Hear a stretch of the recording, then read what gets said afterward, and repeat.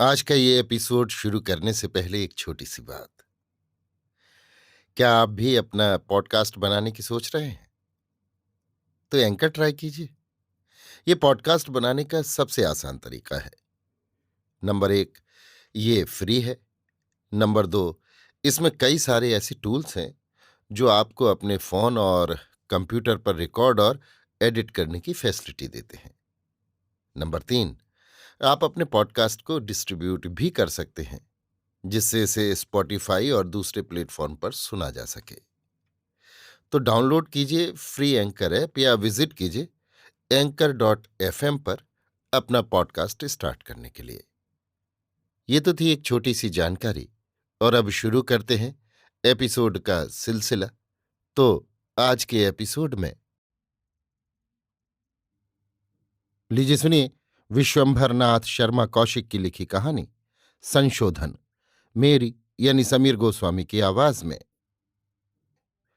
मनुष्य जब जीवन के किसी क्षेत्र में कुछ दिनों रहकर स्थिर हो जाता है, तब उसके लिए उस क्षेत्र को छोड़कर किसी दूसरे क्षेत्र में काम करना यदि असंभव नहीं तो कठिन अवश्य हो जाता है।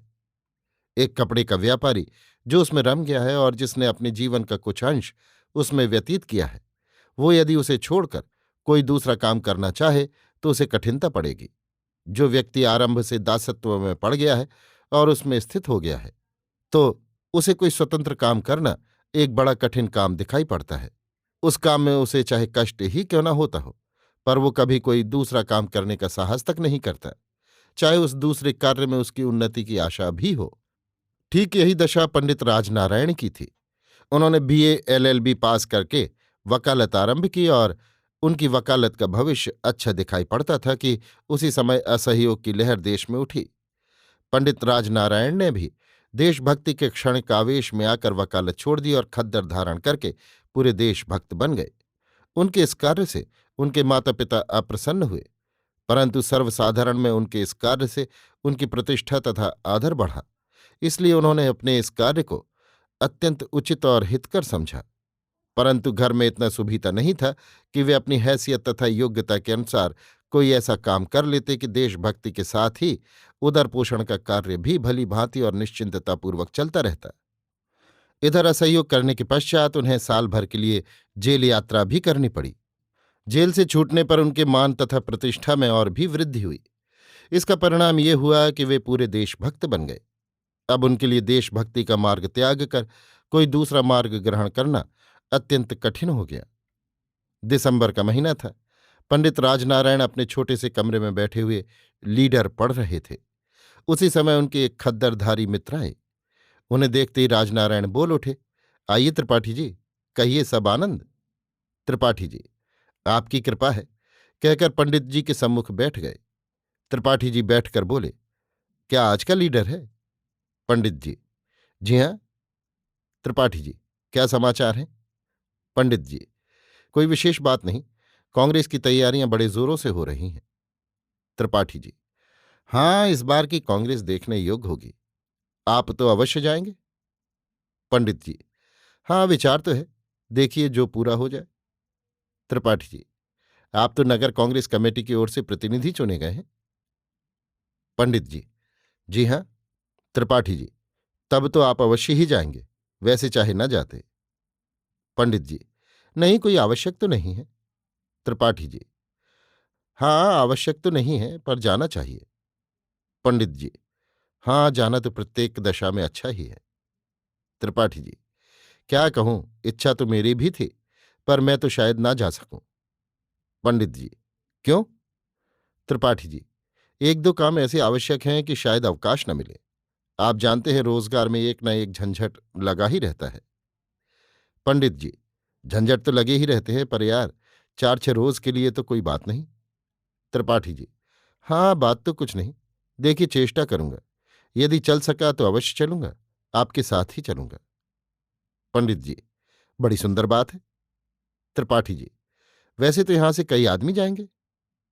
पंडित जी, हाँ, अभी तो 8-10 आदमियों के जाने की बात है, समय पर जितने चले जाए। त्रिपाठी जी थोड़ी देर बैठकर चले गए। पंडित जी जब अकेले रह गए तो उन्हें ये चिंता उत्पन्न हुई कि इस बार कांग्रेस कैसे जाएंगे। कांग्रेस जाने में कम से कम 100-150 रुपये चाहिए। यहां 10-20 रुपये से अधिक का सुभीता नहीं। कांग्रेस कमेटी ने पंडित जी का नाम विशेष रूप से कांग्रेस के प्रतिनिधित्व के लिए चुना था। ऐसी दशा में न जाने से देशभक्ति में बट्टा लगा जाता है। कांग्रेस कमेटी की बला से उनकी आर्थिक दशा चाहे जैसी हो, उसने तो उनके गले में प्रतिनिधित्व का पट्टा डालकर छोड़ दिया कि जाओ बच्चा, मांगते खाते चले जाओ, देशभक्ति का यही मजा है। परंतु देशभक्ति के इस मजे से पंडित जी की प्रकृति मेल नहीं खाती थी। पंडित जी उन आदमियों में से थे जो शान के साथ देशभक्ति करना अधिक अच्छा समझते थे और कम से कम अपने लिए तो अनिवार्य समझते थे। वो तो मजा इसमें समझते थे कि कम से कम सेकंड क्लास में यात्रा की जाए, कांग्रेस में भी शान के साथ रहें, देखने वाले भी समझें कि किसी नगर से प्रतिनिधि आए हैं। पर यह सब तो उस समय हो सकता है जब पल्ले नकद नारायण हो। जिस समय कांग्रेस कमेटी ने पंडित जी का नाम प्रतिनिधित्व के लिए चुना था, उस समय पंडित जी शर्म के मारे ये कह न सके कि भाई हमारा नाम मत चुनो, हम न जा सकेंगे, हमारी आर्थिक दशा अच्छी नहीं है। भला ऐसी हीन बात पंडित जी कैसे कह सकते थे? भलमनसी में बट्टा लग जाता, लोगों की दृष्टि से गिर जाते। अभी तो लोग ये समझते हैं कि पंडित जी को असहयोग किए इतने दिन हो गए, वे अपना सारा समय देशभक्ति ही में लगाते हैं, अन्य कोई काम नहीं करते। ईश्वर का दिया हुआ सब कुछ है, उन्हें कमी क्या है? पिता ने यथेष्ट धन संग्रह किया है, वो सब देश के ऊपर न्यौछावर किए दे रहे हैं, उन्हें परवाह किस बात की है? परंतु पंडित जी को जैसी परवाह थी, वो उनका हृदय ही जानता था। पंडित जी इसी चिंता में ग्रस्त रहे। सोचा पिता से मांगे, परंतु फिर विचार आया कि पिता गृहस्थी का भार उठाए हुए हैं, यही क्या कम है, कहाँ से देंगे? बड़ी देर तक सोचते रहे। अंत में यही स्थिर किया कि एक बार पिताजी से ही कहें, जहां इतना कर रहे हैं वहां ये भी कर ही देंगे। दूसरे दिन उपयुक्त अवसर देखकर पंडित राजनारायण ने अपने पिताजी से कहा, पिताजी आपको मालूम है इस बार कांग्रेस बड़ी धूम से हो रही है? पिताजी ने लापरवाही से उत्तर दिया, हाँ पढ़ा तो था। पंडित जी, इस बार की कांग्रेस देखने योग्य होगी। पिताजी ने इसका कुछ उत्तर न दिया। पिताजी की उदासीनता देखकर राजनारायण का हृदय डूबने लगा, परंतु फिर साहस करके बोले, यहां से बहुत से लोग जा रहे हैं। इस बार पिता ने कुछ उत्सुकता प्रकट की, बोले, कौन कौन जा रहा है? राजनारायण ने कुछ नाम बताए, तत्पश्चात बोले, कांग्रेस कमेटी ने मेरा नाम भी चुना है और खास तौर से चुना है। पिता, तुम्हारी तो आजकल नगर के नेताओं में गिनती है, तुम्हारा नाम क्यों ना चुना जाएगा? राजनारायण प्रसन्न मुख होकर बोले, हाँ लोग बड़ा जोर डाल रहे हैं, कहते हैं तुम्हें अवश्य चलना चाहिए, आपकी क्या राय है? राजनारायण के पिता संसार देखे हुए और एक ही खुर्राट थे, समझ गए कि पुत्र राम का उनसे राय लेना इल्लत से खाली नहीं है, क्योंकि उनको ये अच्छी तरह मालूम था कि उनके पुत्र ने अधिकांश कामों में उनकी राय ली ही नहीं, और जब कभी उन्होंने स्वयं किसी मामले में राय दी उसे उन्होंने माना ही नहीं। अतएव आज जो इतने प्रेमपूर्वक राय पूछी जा रही है उसमें कोई रहस्य अवश्य है। ये सोच समझकर उन्होंने कहा, भाई मेरी राय क्या, जो तुम्हारा जी चाहे सो करो। मेरी राय तो कभी तुमने मानी नहीं, मेरी राय मानते तो आज मुझे बुढ़ापे में ये कष्ट क्यों सहने पड़ते? राजनारायण की आशालता पर तुषारपात हुआ। कुछ देर तक चुप खड़े सोचते रहे। अंत में उन्होंने खिन्न होकर ये निर्णय किया कि डरने दबने का कोई काम नहीं, स्पष्ट बातचीत करनी चाहिए। देना होगा दे देंगे, नहीं तो देखा जाएगा। ये सोचकर उन्होंने कहा, इच्छा की तो कोई बात नहीं, जाना आवश्यक है, न जाने से बदनामी होगी। मेरे पास इस समय रुपए हैं नहीं, इसलिए यदि आप रुपए दे सके तो चला जाऊं। पिता ने पुत्र की ओर स्थिर दृष्टि से देखते हुए कहा, राजनारायण, तुझे मुझसे रुपए मांगते शर्म भी नहीं मालूम होती? एक तो न जाने मैं किस प्रकार गृहस्थी का खर्च चला रहा हूं। तुमसे बहुत आशा थी, उसी आशा पर हजारों रुपए खर्च करके तुम्हें पढ़ाया लिखाया, तुम्हारी ब्याह शादी की, पर वे आशाएं सब लुप्त हो गईं। जब मेरी आशा के फलने फूलने का समय आया तब तुम्हें देशभक्ति सवार हुई। इस पर भी मैंने सब्र किया कि चलो लड़की की इच्छा है, ये भी सही, मैं जब तक जीवित हूं जैसे बनेगा चलाऊंगा। मेरे पश्चात जब सिर पर पड़ेगी तब अपने आप सोचे समझेगा। यहां तक तो कोई बात नहीं, परंतु अब कमाना धमाना तो भाड़ में गया, तुम उल्टे मुझी को नोचने की ताक में हो। सो भाई मुझसे तो ये हो नहीं सकता कि इधर तुम्हारे बाल बच्चों का भी खर्च उठाऊं और उधर तुम्हारी देशभक्ति के लिए भी तुम्हें दूं। राजनारायण कुछ क्रुद्ध होकर बोले, तो देशभक्ति कुछ बुरा काम तो है नहीं।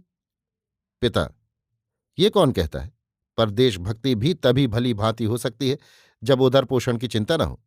साथ ही देशभक्ति की ये अर्थ भी नहीं है कि घर द्वार की चिंता छोड़कर रात दिन उसी में फंसे रहो। देशभक्ति इस प्रकार भी हो सकती है कि अपना और अपने बाल बच्चों का पालन पोषण करने के साथ ही साथ जो देश सेवा तुमसे बने वो करते रहो। यदि तुम्हें ऐसी ही देश सेवा करनी थी तो तुम्हें अपना विवाह नहीं करना था। अकेले रहते, जो मिल जाता खा लेते, जो मिल जाता पहन लेते और रात दिन देश सेवा करते। देश सेवा दो ही तरह के आदमी भली भांति कर सकते हैं, एक तो त्यागी, दूसरे श्रीमान। त्यागियों और महात्माओं की स्वयं अपनी आवश्यकताएं बहुत अल्प होती हैं। देश की सेवा के लिए उन्हें जिस बात की आवश्यकता होती है वो उनके धनी मानी भक्त उनके लिए प्रस्तुत करते हैं। या फिर श्रीमान लोग कर सकते हैं, जिनके पास इतना धन है, जिनकी स्थायी आय इतनी है कि वे स्वयं कुछ भी करें, कहीं भी रहें, परंतु उन्हें अपने परिवार के भरण पोषण की कुछ चिंता नहीं। हमारे तुम्हारे समान मध्य श्रेणी के ग्रस्तों को इस प्रकार की देश सेवा शोभा नहीं देती, और न देश सेवा से देश का कुछ भला ही हो सकता है। जो व्यक्ति अपने छोटे से परिवार की नौका नहीं खे सकता, वो इतने बड़े देश की नौका को क्या पार लगावेगा? कुछ नहीं, ये सब ढोंग है। तुम्हारी कांग्रेस ना जाने से कांग्रेस की कौन बड़ी भारी हानि हो जाएगी? उसका कौन सा काम रुक जाएगा? पुत्र: ये तो आप बड़ी लचर बात कह रहे हैं। यदि प्रत्येक आदमी ऐसा ही सोच ले तो क्या दशा हो? एक भी आदमी कांग्रेस में न दिखाई पड़े। पिता हंसकर ये बड़ी लचर दलील है जो प्रायः लोग किया करते हैं। यदि प्रत्येक आदमी ऐसा सोच ले, ये वाक्य कहा तो बहुत जाता है, परंतु क्या वास्तव में प्रत्येक आदमी कभी भी ऐसा सोच सकता है? इसका उत्तर कोई नहीं देता। रोना तो सारा यही है कि प्रत्येक आदमी ना एक बात सोचता है न करता है। यदि प्रत्येक आदमी एक ही बात सोच ले और एक ही बात करे तो भारत को 24 घंटों के अंदर स्वराज्य मिल सकता है। क्या जितने आदमी कांग्रेस में जाते हैं सब यही सोचकर जाते हैं कि उनके बिना कांग्रेस अधूरी रहेगी? मेरा तो ख्याल है कि बहुत से आदमी कांग्रेस में केवल उसी ख्याल से जाते हैं जिस ख्याल से लोग कोई मेला, तमाशा, नुमाइश इत्यादि देखने जाते हैं। कांग्रेस देश के हित की बात सोचे या अनहित की, उनकी बला से उनकी तो सैर हो गई। 4-5 दिन आनंदपूर्वक व्यतीत हो गए। पिता की इस बात से पंडित राजनारायण मर्माहत हुए, क्योंकि वे भी स्वयं यही भाव लेकर जा रहे थे कि वहां 4-5 दिन आनंद रहेगा, नया शहर देखने को मिलेगा। इसके अतिरिक्त देश के अच्छे अच्छे नेताओं से भेंट होगी, उनसे परिचय होगा। लोग हमें भी जानेंगे कि ये अमुक नगर के नेताओं में से है। इस प्रकार हमारा यश फैलेगा, इत्यादि इत्यादि। परंतु उन्होंने अपने हृदय का ये भाव पिता पर प्रकट न होने देने की इच्छा से कहा, प्रत्येक आदमी इस विचार से नहीं जाता। पिता: तो प्रत्येक आदमी कोरी देश सेवा के विचार से भी नहीं जाता? पुत्र: खैर, इस झगड़े से कोई मतलब नहीं। मुझे केवल ये जानना था कि आप रुपए दे सकते हैं कि नहीं। पिता: मैं तो कह चुका कि मैं स्वयं ही एक एक पैसे को तंग हूं, तो मैं कहाँ से दूं? एक बार हो तो दे भी दूं, 2-3 बार दे चुका। तुम्हारा तो नित उठ का यही झगड़ा है कि आज अमुक जगह कॉन्फ्रेंस है, आज अमुक जगह कांग्रेस है, आज अमुक जगह व्याख्यान देना है, आज अमुक नेता से मिलने जाना है। तो भाई मैं इतना कहाँ से लाऊं जो तुम्हें देता रहूं? तुम कमाकर घर में कुछ न दो, परंतु अपने इन कामों के खर्च के लिए तो कुछ उपार्जन कर लिया करो। मैं इसी को बहुत समझूंगा। राजनारायण: अच्छी बात है, ना दीजिए, देखा जाएगा। ये कहकर वो क्रोध में भरे हुए पिता के पास से चले आए। पंडित राजनारायण बड़ी कठिनता में पड़ गए। कांग्रेस में जाना आवश्यक, पास रुपए नहीं, क्या किया जाए? बहुत कुछ विचार किया, अनेक युक्तियां सोचीं। पहले निश्चय किया कि किसी से उधार ले लें, परंतु फिर ख्याल आया कि उधार मित्र ही दे सकते हैं। उनसे मांगूंगा तो वे अपने जी में क्या कहेंगे? आज तक किसी से उधार मांगा नहीं। ऐसी ही बातें सोचते सोचते जब वो थक गए और कुछ निश्चित न कर सके तो उन्हें अपने ही ऊपर क्रोध आया। सोचा, हम भी बैठे बिठाए एक मुसीबत मोल ले बैठे। वकालत करते, 4 पैसे कमाते, मौज करते, घर वाले भी संतुष्ट रहते, अपनी भी चैन से कटती। अब एक एक पैसे के लिए पराया मुंह ताकना पड़ता है। असहयोग करने से क्या लाभ हुआ? यदि स्वराज्य भी मिलने की आशा होती तो ठीक था, पर स्वराज्य अभी कोसों दूर दिखाई पड़ता है। हम बेकार में गेहूं के साथ घुन की तरह पिस गए। पिताजी ठीक कहते हैं, ये हम लोगों के बस का काम नहीं है।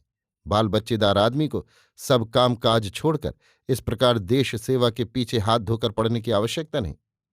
पर अब ऐसे बुरे फंसे हैं कि इसे छोड़ नहीं सकते। इतनी दूर चले आए हैं कि पीछे लौट नहीं सकते। जो कुछ आदर प्रतिष्ठा है वो सब मिट्टी में मिल जाएगी। उल्टे लोग घृणा करने लगेंगे। ये कोई न देखेगा कि पंडित जी ने किस मुसीबत और मजबूरी में पड़कर ऐसा किया है। सब यही कहेंगे, कायर हैं, भाग खड़े हुए। जो ऐसा ही करना था तो काहे को असहयोग किया था? कुछ शान मारी जाती थी। पंडित राजनारायण इसी प्रकार की बातें सोच सोच कर कुढ़ते रहे। शाम को कांग्रेस कमेटी की बैठक थी। पंडित जी उसमें गए। इन्हें देखते ही लोगों ने कहा, आइए पंडित जी। एक साहब ने पूछा, कहिए किस दिन चलिएगा। पंडित जी कुछ अन्यमनस्क थे, बोले, कहाँ? वो व्यक्ति बोला, कांग्रेस में, चलिएगा ना। एक दूसरे व्यक्ति बोल उठे, वाह, ये तुमने एक कही। पंडित जी हमारे नगर के खास आदमी हैं, ये न जाएंगे तो जाएगा कौन। अब की तो पंडित जी आप भी वहां किसी प्रस्ताव पर बोलिएगा। सब्जेक्ट कमेटी में भी आपका होना आवश्यक है। ये सम्मान सूचक वाक्य पंडित जी के कानों को बड़े मधुर लगे। आत्मसम्मान तथा आत्मगौरव का नशा से चढ़ाया। पर यह नशा कुछ ही क्षण रहा। जहां कांग्रेस जाने और अपनी असमर्थता की याद आई, वहीं सारा नशा उतर गया। एक लंबी सांस छोड़कर सोचने लगे, इस काम में जितना मान तथा आदर है, उतना किसी में नहीं। यदि आर्थिक चिंताएं न होती तो इससे बढ़कर सुख किसी में नहीं था। पर वे ही सज्जन फिर बोले, पंडित जी दिन निश्चय कर लीजिए, हम सब आपके साथ ही चलेंगे। पंडित जी मन ही मन में जलकर खाक हो गए। सोचने लगे, सब अपनी ही कहते हैं, ये कोई भकुआ नहीं कहता कि आपका कांग्रेस का खर्च हमारे सिर रहा। पंडित जी कहते जीभ घिसी जाती है। और अभी जो किसी से कह दूं कि अच्छा मैं आपके साथ चलूंगा, मेरा सब खर्च आप पर रहा, तो अभी 17 कोने का मुंह बनावे और मुंह फेर लें। फिर ये ध्यान न रहे कि पंडित जी का जाना आवश्यक है। हर एक सार्वजनिक काम में हमारी पूछ होती है, पर यह कोई जानने की परवाह नहीं करता कि पंडित जी की हालत क्या है, इनका खर्च कहाँ से चलता है। पंडित जी का चित्त इतना खिन्न हुआ कि कांग्रेस कमेटी में उनका जीना लगा। सिर के दर्द का बहाना करके उठ आए। पंडित राजनारायण ने अंत में ये स्थिर किया कि इस बार तो जैसे बने कांग्रेस चलना ही चाहिए, भविष्य में देखा जाएगा। ये सोचकर उन्होंने बहुत चेष्टा करके लड़ भिड़कर अनुनय विनय करके कुछ रुपए अपनी माता से लिए और कुछ अपनी पत्नी से। इस प्रकार उन्होंने कांग्रेस जाने की तैयारी कर ही ली। पर इस प्रकार रुपए प्राप्त करने में उन्हें जितना मानसिक क्लेश हुआ, उसे वो ही जानते थे। पंडित जी कांग्रेस पहुंच गए। वहां 4-5 दिन खूब आनंद से कटे। वहां अच्छे अच्छे आदमियों से परिचय हुआ, उत्साह बढ़ा। परंतु कांग्रेस से लौटकर घर आए तब उन्हें ये चिंता सवार हुई कि इस प्रकार बेनकेल के ऊंट बने फिरने से काम न चलेगा। खाली देश सेवा में समय व्यतीत करने से भोजनों के लाले पड़ जाएंगे। इसलिए कोई ऐसा उद्योग करना चाहिए जिससे 4 पैसे की आमदनी होती रहे। अंत में बड़ी कठिनता से और अत्यंत चेष्टा करने के पश्चात पंडित राजनारायण को 30 रुपये मासिक के 2 ट्यूशन मिले। उनके दुर्भाग्य से जिस शहर में वो रहते थे वो एक छोटा शहर था। वहां कोई व्यापारिक नगर नहीं था, इसलिए वहां सरकारी नौकरी तथा वकालत को छोड़कर और कोई आमदनी का अच्छा द्वार न था। इसलिए उन्हें और भी कठिनता पड़ी। इस प्रकार लस्टम पस्टम 1 वर्ष व्यतीत हुआ। पंडित राजनारायण की आर्थिक दशा प्रतिदिन खराब होती गई। कई बार उनके पिता ने उन्हें समझाया कि तुम इस झगड़े को अलग करो, वकालत करना आरंभ करो। परंतु पंडित राजनारायण को पुनः वकालत आरंभ करना बड़ा कठिन कार्य दिखाई दे रहा था। अंत को पिता भी झींक कर चुप हो रहे। इधर पंडित राजनारायण अपनी देश सेवा का छकड़ा किसी न किसी प्रकार चला रहे थे। दिखाने के लिए सब कुछ करते थे, खद्दर भी धारण करते थे, कसम खाने के लिए प्रतिदिन 4-6 माशे सूत भी काट लेते थे। परंतु हृदय में वे उस घड़ी को कोसते थे जिस घड़ी में उन्हें असहयोग करने की धुन सवार हुई थी। उसी वर्ष उनके नगर में प्रांतीय कांग्रेस हुई। उसमें वे एक खास पद पर नियुक्त हुए। रुपया पैसा तथा हिसाब किताब भी उनके हाथ में था। अतएव वो इस सुअवसर से लाभ उठाने का लोभ संवरण न कर सके। अभाव और दरिद्रता में पड़कर बिरले ही मनुष्य दृढ़ रह सकते हैं। खेद है कि पंडित राजनारायण उन बिरले मनुष्यों में से नहीं थे। उन्होंने जहां तक बना वहां तक जनता की रकम पर हाथ साफ किया। जब जब उनके अंतःकरण ने उनके इस कार्य के विरुद्ध आवाज उठाई, तब तब उन्होंने ये कहकर उसे संतुष्ट कर दिया कि जब हम जनता की सेवा करते हैं तब हमें उसके धन के कुछ अंश को अपने व्यय में लाने का नैतिक अधिकार है। परंतु उस समय वे ये भूल जाते थे कि यदि वे खुले तौर पर कह सुनकर ऐसा करें तब तो किसी अंश में ये ठीक भी है, पर इस प्रकार गुपचुप कार्य करना न्याय के अनुकूल कदापि नहीं। जिस कार्य में लोगों की आत्मा उच्च होती है उसी कार्य में उनकी आत्मा पतित भी हो सकती है। वे मनुष्य से पशु तक बन सकते हैं। देश सेवा एक ऐसा महत् कार्य है कि उसमें पढ़कर मनुष्य उच्चात्मा बन सकता है, लेकिन पंडित राजनारायण उसमें पढ़कर नीचात्मा बन गए। परंतु इसमें देश सेवा का कुछ भी अपराध नहीं। ये पंडित राजनारायण की प्रकृति और स्थिति का अपराध था। इस घटना के पश्चात प्रतिदिन उनकी आत्मा का पतन होता गया। पहले वे स्वप्न में भी कभी किसी संस्था के कोष पर दृष्टि न डालते थे, परंतु कॉन्फ्रेंस होने से उन्हें इस बात का चस्का पड़ गया। वे सदैव इसी ताक में रहने लगे कि कोई सार्वजनिक काम हो, कोई चंदा उठे अथवा कांग्रेस कमेटी में उन्हें ऐसा पद मिल जाए कि जिससे कोष और हिसाब किताब उनके हाथों में रहे, इत्यादि इत्यादि। पहले वे आर्थिक सहायता की आकांक्षा नहीं करते थे, परंतु अब वे प्रायः श्रीमानों से ये इच्छा लेकर मिला करते थे कि वे कुछ उनकी आर्थिक सहायता करें। पहले वो किसी से उधार नहीं लेते थे, परंतु अब उधार मांग लेना तो कोई बात ही नहीं थी, पर साथ ही लेकर देना उन्हें बड़ा बुरा मालूम होता था। जो बेचारे उनसे अपने रुपयों का तकाजा करना उचित नहीं समझते थे, उनके रुपए वसूल भी नहीं होते थे। इतना सब कुछ था, परंतु पंडित जी के मान तथा प्रतिष्ठा में कोई अंतर नहीं पड़ा था। संसार में सच्चाई कम तथा ढोंग अधिक है। जो लोग अपनी घर की चार दीवारी के भीतर बैठकर पंडित जी के इन कार्यों की आलोचना घृणा के साथ किया करते थे, वे ही मंच पर खड़े होकर सर्वसाधारण के सामने पंडित जी की प्रशंसा के पुल बांध देते थे। लोगों के इस कार्य से पंडित जी का साहस और भी बढ़ता जाता था। रात के 8 बज चुके थे। पंडित जी कांग्रेस कमेटी की बैठक से लौटकर घर आ रहे थे। उसी समय एक मनुष्य ने उनके पास आकर कहा, पंडित जी, मुझे आपसे एक बात कहनी थी। पंडित जी उस आदमी की शक्ल देखकर सूख गए। सिटपिटाकर बोले, कहो, क्या कहना चाहते हो? उस व्यक्ति ने कहा, 4 महीने हुए आपने 40 रुपये लिए थे। पंडित जी, हाँ हाँ, मुझे उन रुपयों का स्वयं ख्याल है, पर क्या करूं, आजकल जरा हाथ तंग है। मैं शीघ्र ही प्रबंध करके तुम्हारे रुपए दे दूंगा। तुम घबराओ मत, तुम्हारे रुपए मिल जाएंगे। वो व्यक्ति, वैसे तो कोई बात नहीं, आप जब चाहते दे देते, पर इस समय मुझे आवश्यकता थी। पंडित जी, क्या करूं, मजबूरी है। यदि 4-6 रोज पहले सूचना दे देते तो संभव है अब तक प्रबंध हो जाता। वो व्यक्ति, मुझे आपसे तकाजा करने में संकोच होता था। आज भी बड़ी आवश्यकता पड़ने पर अत्यंत साहस करके मैंने कहा है। दूसरे, मेरा ये ख्याल था कि आपको स्वयं उनका ध्यान होगा। यद्यपि पंडित जी ने इस व्यक्ति के रुपये अदा करने की चिंता करने का कभी कष्ट नहीं उठाया था, परंतु वो बोल उठे, मुझे तो स्वयं ध्यान था ही, और तुम ना भी कहते तो मैं जितना शीघ्र संभव होता तुम्हारे रुपए दे देता। तुम जानते हो भाई, देश सेवा में आमदनी टके की नहीं, और हमारे ऊपर गृहस्थी का पूरा खर्च है। ना जाने ईश्वर किस प्रकार काम चला रहा है। ऐसी दशा में हाथ तंग होना स्वाभाविक ही है। वो व्यक्ति, पंडित जी, आप धन्य हैं जो इस प्रकार कष्ट सहकर देश सेवा कर रहे हैं। बड़ा कठिन काम है। क्षमा कीजिएगा, मैंने बड़ी मजबूरी में पड़कर आपको स्मरण दिलाया था। आशा है आप कुछ बुरा न मानेंगे।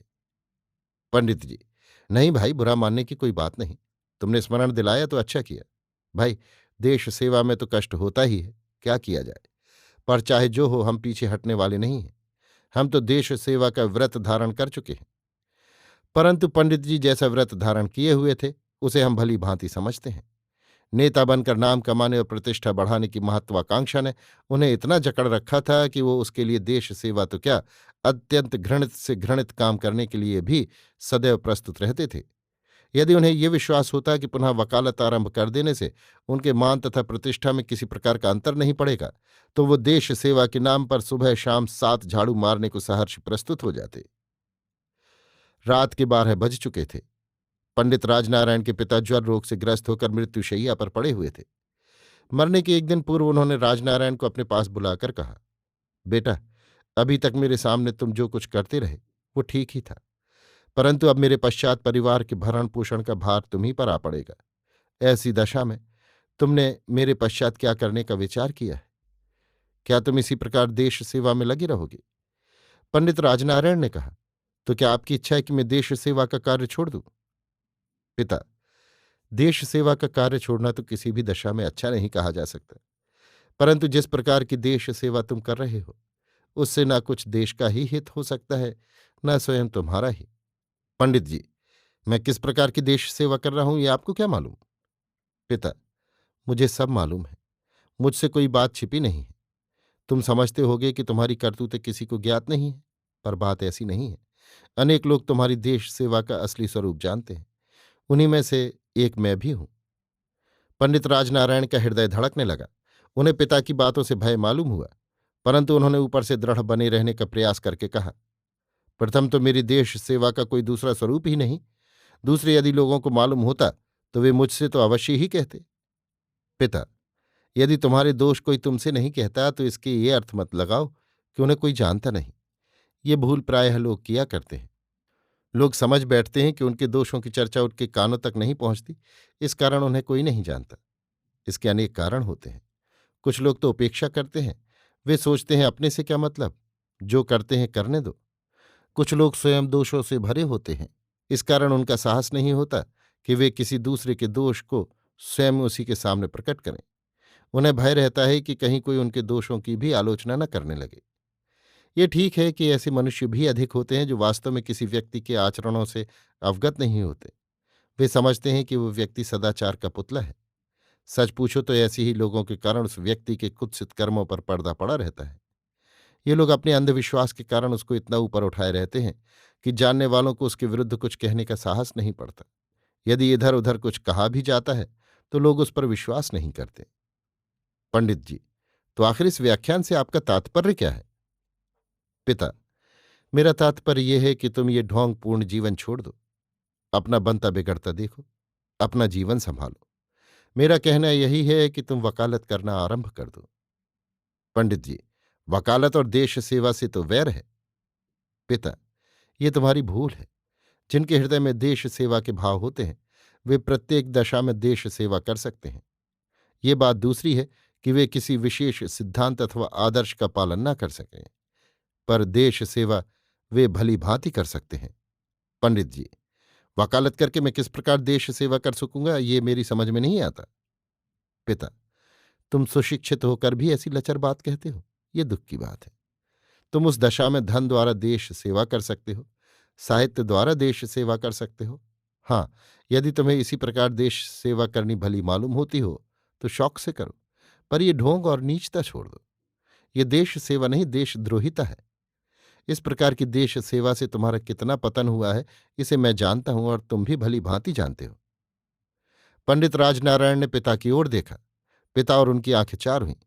पिता की आंखों में कुछ ऐसी बात थी कि पंडित राजनारायण की गर्दन लज्जा से झुक गई। पिता ने फिर कहना आरंभ किया, देश सेवा के पवित्र कार्य को क्यों कलुषित करते हो राजनारायण? इससे अधिक पाप और क्या होगा? देश सेवा करते हुए भी तुम उतने ही पाखंडी, उतने ही ढोंगी, उतने ही लोभी, उतने ही स्वार्थी, उतने ही नीच हो जितना कि कोई भी आदमी हो सकता है। मुझे विश्वास है कि वकालत अथवा और कोई कार्य करने से तुम्हारा इतना पतन कभी न होता। तुम इस प्रकार की देश सेवा के पात्र कदापि नहीं हो। इस प्रकार सर्वस्व त्याग कर देश सेवा करना बड़ी उच्च आत्माओं का काम है। सर्वसाधारण इसे नहीं कर सकते। जो करने का दावा करते हैं वे भी तुम्हारी ही तरह ढोंगी, पाखंडी और नीच हैं। पंडित राजनारायण ने सिर उठाया। उनके नेत्रों से अश्रुधारा बह रही थी। उन्होंने पिता के हाथ पर अपना सिर रख दिया और बोले, पिता, वास्तव में मैं बड़ा नीच हूं। नाम कमाने और आदर पाने की महत्वाकांक्षा ने मुझे इस दशा पर पहुंचाया। मैंने इसके चक्कर में पड़कर बड़ी नीचताएं की। ऐसी नीचताएं मैं और किसी भी कार्य में कदाचित ही करता। पिता, बेटा, मुझे ये देखकर प्रसन्नता हो रही है कि तुम्हें अपने कार्य पर पश्चाताप है। पंडित राजनारायण, मुझे हृदय से पश्चाताप है। अब आप जैसा कहें वैसा करो। पिता, मेरा कहना यही है कि तुम इस मार्ग को छोड़ दो। पंडित जी, पर मैं इस नगर में मुंह दिखाने योग्य न रहूंगा। पिता, कुछ चिंता नहीं। तुम इसे अपने पापों का प्रायश्चित समझकर इसे सहन करो। यदि तुम्हें ये स्वीकार न हो तो इस नगर को छोड़ दो। कहीं ऐसी जगह जाकर रहो जहां तुम्हारे संबंध में लोगों को अधिक जानकारी न हो। पंडित जी, मैं ऐसा ही करूंगा। पिता, क्या सच्चे हृदय से कहते हो? पंडित जी, मैं प्रतिज्ञा करता हूं कि मैं अब जो कुछ करूंगा शुद्ध और सच्चे हृदय से करूंगा। 3 वर्ष पश्चात पंडित राजनारायण ने अपना जन्म स्थान छोड़ दिया। अब वो एक ऐसे नगर में है जहां लोग उनके पिछले जीवन के संबंध में कुछ नहीं जानते। आजकल उनकी वकालत अच्छी चलती है। वे प्रतिमास अपनी आमदनी का दशांश गुप्त दान के रूप में प्रांतीय कांग्रेस कमेटी के पास भेज देते हैं। अपनी इस तुच्छ देश सेवा से उन्हें जितना संतोष तथा सुख होता है उतना उन्हें उस समय कभी नहीं होता था जबकि वे देश के लिए अपना सर्वस्व दे देने की डींगे मारते फिरते थे। अभी आप सुन रहे थे विश्वंभरनाथ शर्मा कौशिक की लिखी कहानी संशोधन, मेरी यानी समीर गोस्वामी की आवाज में।